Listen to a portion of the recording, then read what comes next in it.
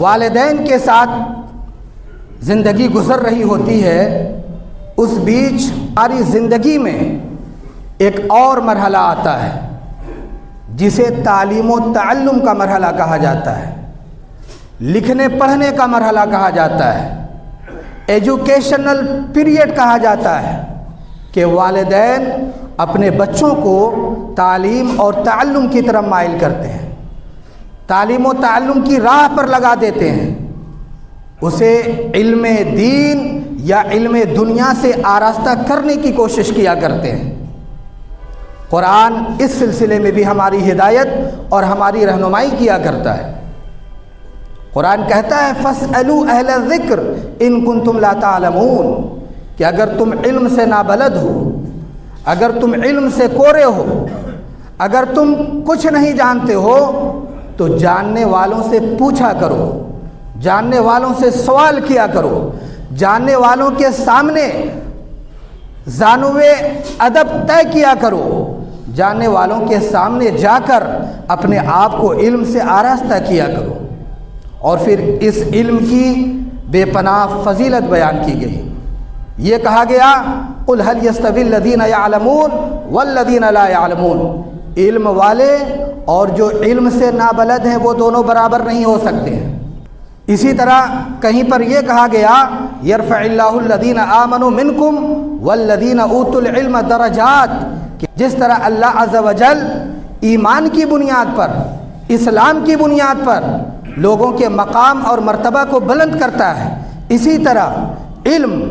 فضل، تقوی، طہارت، پاکیزگی کی بنیاد پر بھی انسان کا مقام اور مرتبہ بلند ہوا کرتا ہے۔ تو والدین کے ساتھ حسن سلوک کے بعد دوسرا مرحلہ تعلیم و تعلم کا ہوتا ہے۔ اس سلسلے میں قرآنی ہدایت اور قرآنی نقطۂ نظر سے یہ معلوم ہوتا ہے کہ قرآن آپ سے کیا چاہتا ہے۔ قرآن آپ سے یہ چاہتا ہے کہ آپ جب سن شعور کو پہنچ جائیں، والدین کی اطاعت اور فرما برداری کرنے کا جذبہ پیدا کر لیں، تو ساتھ ہی ساتھ علم کی راہ پر لگ جائیں، حصول علم کی کوشش کیا کریں، علم حاصل کر کے اپنے آپ کو آراستہ کریں، علم حاصل کر کے جہاں اپنی دنیا بنائیں وہیں اپنی آخرت بھی بنائیں۔ وَابْتَغِ فِي مَا آتَاكَ اللَّهُ وَالدَّارَ الْآخِرَةَ وَلَا تَنْسَ نَصِيبَكَ مِنَ الدُّنْيَا، کہ اللہ نے جو کچھ تمہیں عطا کیا ہے، اللہ نے جن نعمتوں سے تمہیں نوازا ہے، اللہ نے تمہیں عقل عطا کی ہے، اللہ نے تمہیں خرد عطا کی ہے، اللہ نے تمہیں دولت عطا کی ہے، اللہ نے تمہیں ثروت عطا کی ہے، اللہ نے تمہیں سرمایہ عطا کیا ہے، تو ان تمام نعمتوں کے تقاضے یہ ہیں کہ اللہ کی رضا تلاش کیا کرو، اللہ کی خوشنودی تلاش کیا کرو، اللہ کا قرب حاصل کرنے کی کوشش کیا کرو۔ ہاں، ان نعمتوں میں کچھ دنیاوی حقوق بھی ہیں، کچھ دنیاوی تقاضے بھی ہیں، ان تقاضوں سے بھی اپنے آپ کو فراموش نہ کرو۔ یہ تعلیم و تعلم کا مرحلہ جب ختم ہوتا ہے تو پھر شادی بیاہ کی نوبت آتی ہے، ازدواجی زندگی کا مرحلہ آتا ہے۔ ازدواجی زندگی کی شروعات ہوا چاہتی ہے، تو جب نکاح کا مرحلہ آتا ہے، ازدواجی زندگی کا مرحلہ آتا ہے اور ازدواجی زندگی شروع ہوتی ہے، تو اس کے کچھ طریقے بتائے گئے کہ آپ کو ازدواجی زندگی کیسے گزارنی۔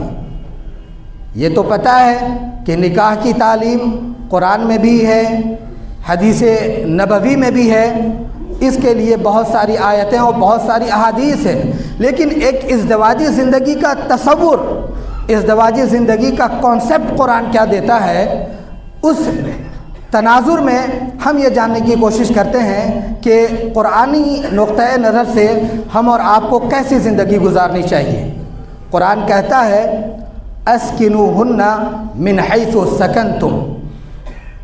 کہ جب تم نکاح کر لیا کرو، جب تمہاری ازدواجی زندگی شروع ہو جائے تو تم انہیں رکھو جہاں تم رہا کرتے ہو۔ یعنی اس کا یہ مطلب ہے کہ آپ بیوی کے حقوق کو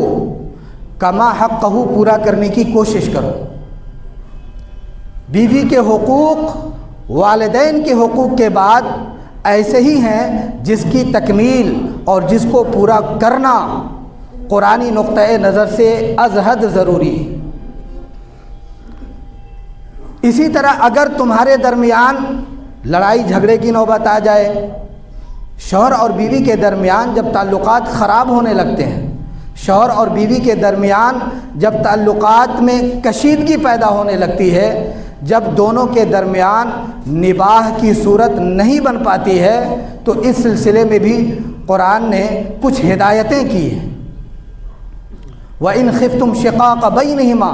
فَابْعَثُوا حَكَمًا مِّنْ أَهْلِهِ وَحَكَمًا مِّنْ أَهْلِهَا کہ اگر تمہارے درمیان لڑائی جھگڑے کی نوبت آ جائے، اگر تمہارے درمیان تعلقات بہتر نہ رہیں، تو اپنی جانب سے ایک شخص کو حکم بنا لو اور ان کی جانب سے بھی ایک شخص حکم بن جائے، اور پھر دونوں کے درمیان صلح کی کوشش کرے، دونوں کے درمیان صلح کرانے کی کوشش کرے۔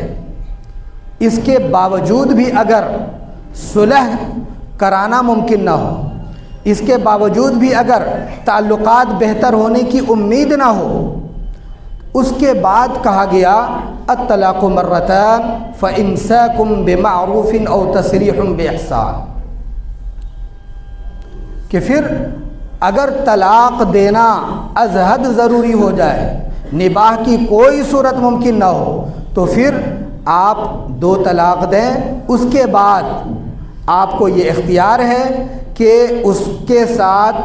اچھائی کے ساتھ، حسن سلوک کے ساتھ اس کے تمام تقاضوں کی تکمیل کرتے ہوئے اپنے پاس روک لیں، یا پھر اسے اپنی نکاح سے اور خانگی زندگی کا حصہ بنائے بغیر اسے رخصت اور الوداع کہہ دیں۔ یہ ایک ازدواجی زندگی،